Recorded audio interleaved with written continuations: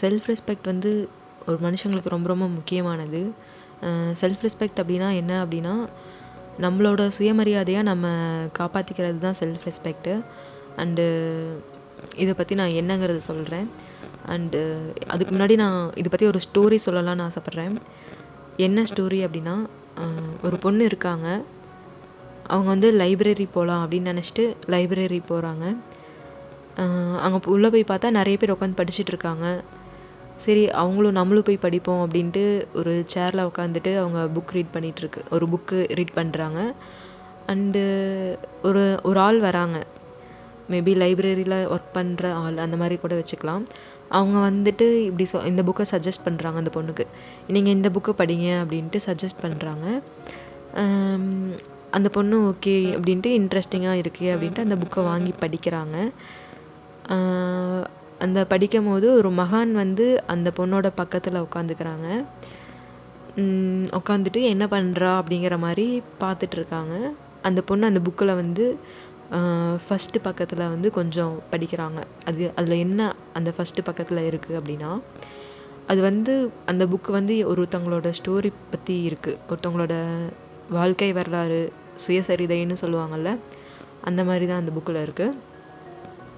அதில் என்ன இருக்குன்னா, அதில் வந்து ஒரு தலைவர்.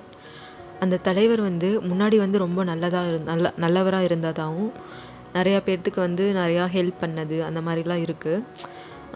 அவங்க வந்து முன்னாடி நல்லா இருந்திருக்காங்க.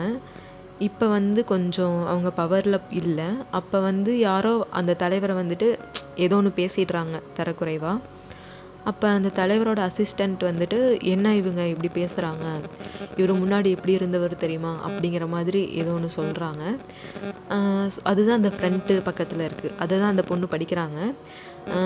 அப்புறம் பார்த்தா அந்த மகான் வந்துட்டு அதுக்கப்புறம் அந்த பொண்ணுகிட்ட கொஸ்டின் கேட்குறாங்க, என்ன நீங்கள் இந்த புக்கை படிச்சிட்ருக்கீங்க அப்படின்ட்டு. அப்படி என்ன இருக்குது அந்த புக்கில் அப்படின்னு கேட்கும்போது அந்த பொண்ணு வந்து இந்த மாதிரி சொல்கிறாங்க. அப்புறம் அந்த மகான் சொல்கிறாரு, இந்த புக்கு நீங்கள் படிக்கணுமா அப்படின்னு கேட்டதுக்கு, ஆமாம் நான் இந்த புக்கை ஃபுல்லாக படிக்கலான்னு இருக்கேன் அப்படின்னு அந்த பொண்ணு சொல்கிறாங்க. அப்போ அந்த மகான் வந்து சொல்கிறாரு, இந்த புக்கில் வந்து ஃபுல்லாமே அவங்க கடந்து வந்த பாதை இருக்குது. அப்போ வந்து இந்த புக்கை ஃபுல்லாக நீங்கள் படித்து முடிக்கும் போது நீங்கள் ஒரு தாழ்வு மனப்பான்மையில் இருப்பீங்க, வெடவெடுத்து போயிடுவீங்க அப்படின்னு அவங்க வந்து சொல்கிறாங்க. அது அந்த பொண்ணு கேட்டுட்டு, என்ன இவர் இப்படி சொல்கிறாரு, இந்த புக்கை படித்து முடிக்கும் போது இந்த மாதிரி இருக்குமா அப்படிங்கிற மாதிரி அவங்க சொல்கிறாங்க. அவங்க அதை பார்த்துட்டு ஷாக்கிங்காக கேட்டுட்டு, ஓகே நான் இது ஃபுல்லாக படிக்கலை, நான் வந்து டெய்லி கொஞ்சம் கொஞ்சமாக இன்றைக்கி கொஞ்சம் நாளைக்கு கொஞ்சம் அந்த மாதிரி படிக்கிறேன் அப்படின்னு வந்து அந்த பொண்ணு சொல்கிறாங்க. அப்போ அந்த மகான் சொல்கிறாரு, தேவையில்லை அப்படிங்கிற ஒரு வேர்டை வந்து சொல்கிறாரு. அப்படியா, இந்த புக்கையை நான் படிக்கவே வேணாமா அப்படிங்கிற மாதிரி அந்த பொண்ணு கேட்குறாங்க. அந்த மகான் வந்துட்டு, இல்லை தேவை கிடையாது அப்படிங்கிற மாதிரி சொல்கிறாங்க. சப்போஸ் இந்த புக்கை நீ படிச்சின்னா நீ வந்து தாழ்வு மனப்பான்மையில் இருப்ப, வெடவெடுத்து போயிடுவ அப்படின்னு சொல்கிறாங்க. அண்டு முக்கியமாக ஒரு வேர்டு ஒன்று சொல்கிறாங்க, நீ வந்து டீஜென்ரேட் ஆயிடுவேன் அப்படின்னு சொல்கிறாங்க. டீஜென்ரேட் ஆயிடுவேன் அப்படின்னு சொல்லிட்டு அவங்க வந்துட்டு கடைசியாக ஒன்று சொல்கிறாங்க, ஒரு மனுஷனுக்கு வந்து செல்ஃப் ரெஸ்பெக்ட்டுங்கிறது ரொம்ப ரொம்ப முக்கியம், அது இல்லைன்னா அவனால் உயிர் வாழவே முடியாது அப்படின்ட்டு சொல்கிறாங்க. அவ்வளோதான் முடிஞ்சிச்சு. அண்டு இது வந்து ஸ்டோரி கிடையாது, எனக்கு இது காலையில் வந்த கனவு. எஸ் ஆமாம், இது எனக்கு காலங்காத்தால் வந்து ஒரு கனவு தான் இது. இப்படி தான் வந்துச்சு கனவு. நான் வந்து ஒரு லைப்ரரியில் போய் உட்காந்து படிக்கிற மாதிரியும், ஒரு மகான் என்கிட்ட வந்துட்டு இந்த மாதிரி கொஸ்டின் கேட்டு ட்விஸ்ட் பண்ணுற மாதிரியும், அவர் என்கிட்ட இந்த மாதிரி சொல்கிற மாதிரி ஒரு கனவு எனக்கு வந்துச்சு காலையில். அந்த கனவில் அந்த கனவு என்ன சொல்ல வருதுன்னு எனக்கு புரியல. அந்த லைப்ரரி புக்கு, அதில் இருந்த அந்த ஸ்டோரி, அது எல்லாமே எனக்கு புரியல ஆக்சுவலி. ஆனால் அந்த மகான் சொன்ன வேர்டு மட்டும் எனக்கு அப்படியே மைண்ட்லேயே இருக்கா.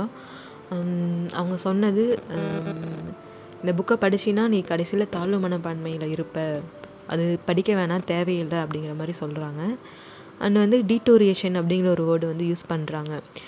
டீட்டோரியேஷன் அப்படின்னா என்ன அப்படின்ட்டு எனக்கு தெரியல. தூக்கத்துலேயே வந்துட்டு அதை வந்து கூகுளில் போயிட்டு சர்ச் பண்ணி டைப் பண்ணி பார்க்குறேன், டீட்டோரியேஷன்னா என்ன அப்படின்ட்டு.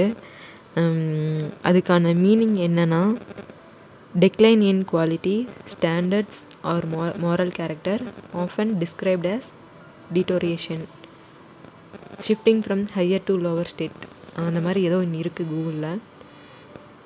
ஆக்சுவலி இதுக்கான மீனிங் என்ன அப்படின்னா, டிட்டோரியேஷன்னா நம்மளோட ஸ்டாண்டர்ட்ஸை நம்மளே லோ பண்ணிக்கிறது, அதுதான் டிட்டோரியேஷன்.